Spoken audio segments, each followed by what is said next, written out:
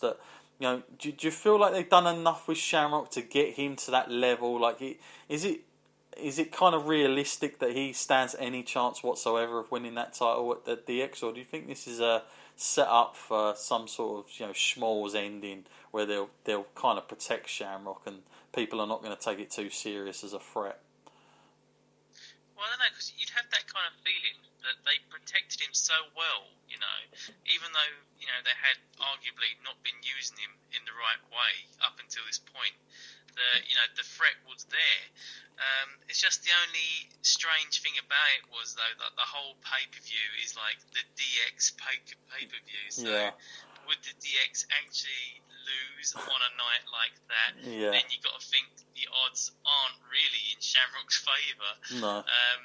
But yeah, I do like the fact that the threat would have been there because of the way they protected him, but it's just highly unlikely on such a pay-per-view. Yeah, I'm with you there. Okay, it's reported as well around this time, early December. Again, WWF, this time sending Jim Ross to go and negotiate with Dan Severn. And still, nothing is getting anywhere. So, Severn is obviously a hard guy to convince here, Matt. But WWF are not giving up. I mean, they are hell-bent on getting Severn, aren't they, at this point? For sure. It seems. It's now reported, of course, that it's going to be Shamrock up against Michaels and all the rest of it, and everybody at this time is believing this can only be a Michaels win, as you said. So here we go, December 15th, 1997, the WWF D-Generation X pay-per-view, which was kind of essentially an in your house, but they retold it for that night. Shawn Michaels and Ken Shamrock is voted only the second best match of the night. They put Taka Michinoku and Brian Christopher above them as the best match of the entire pay-per-view that night. What did you make of the Shawn Michaels Ken Shamrock match, Matt, when you watched it? I actually enjoyed it, but it did kind of have that generic kind of feel. Sure. At this time, a lot of the DX matches were the same, weren't they? You'd have outside interference going on throughout it, and you just knew by looking at it, Triple H would get himself involved at some point. I don't know, it was kind of predictable the way it would go. I mean, Shawn Michaels can't really work a bad match, can he? So you knew it was going to be good from that standpoint, but I just felt like there was something missing. I couldn't put my finger on it, but it definitely didn't blow me away. But it was solid enough to get a pass. Sure. I mean, I think I totally agree with what Matt said. I think it was very generic in that sense. It didn't seem like there was going to be anything about it to make me think that Shamrock was going to have the belt put on him. And again, they kind of do a job where they're protecting him essentially at the end of this. Overall, pretty much the way they've gone about it. It's interesting that I just found it fascinating how he was kind of penciled in as the guy, but whether that was because of the whole Brett thing, and they just thought it made perfect sense that Shamrock should, slot straight in there, I have no idea, but it does seem slightly odd that he was the first guy to get the shot, considering you had the Rocky Maivia and Austin for the Intercontinental title, but I guess they were a little bit more slow building for all that kind of stuff back then. That's the only thing I can imagine.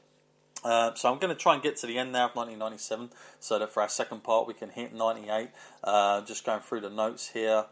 The next things they kind of go for is Triple H and Chyna attacking Shamrock, and they're doing that on Raw. That's kind of like the new feud.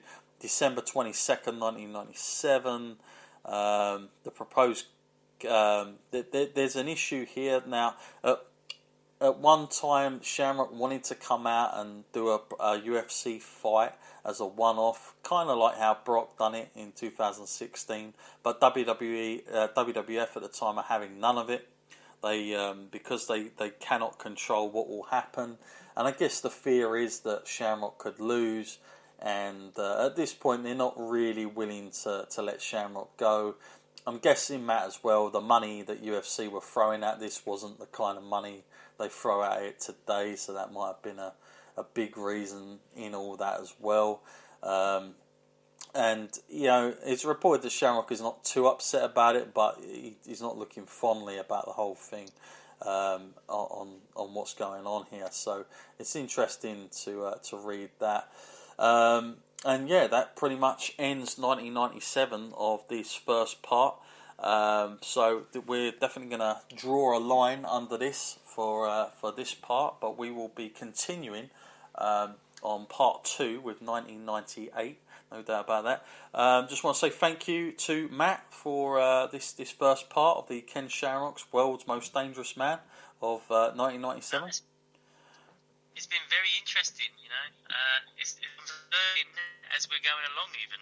Yeah, and again, we're moving into 1998, so we're going to be heading in to what I'll title as the culprit Ken Shamrock in this one.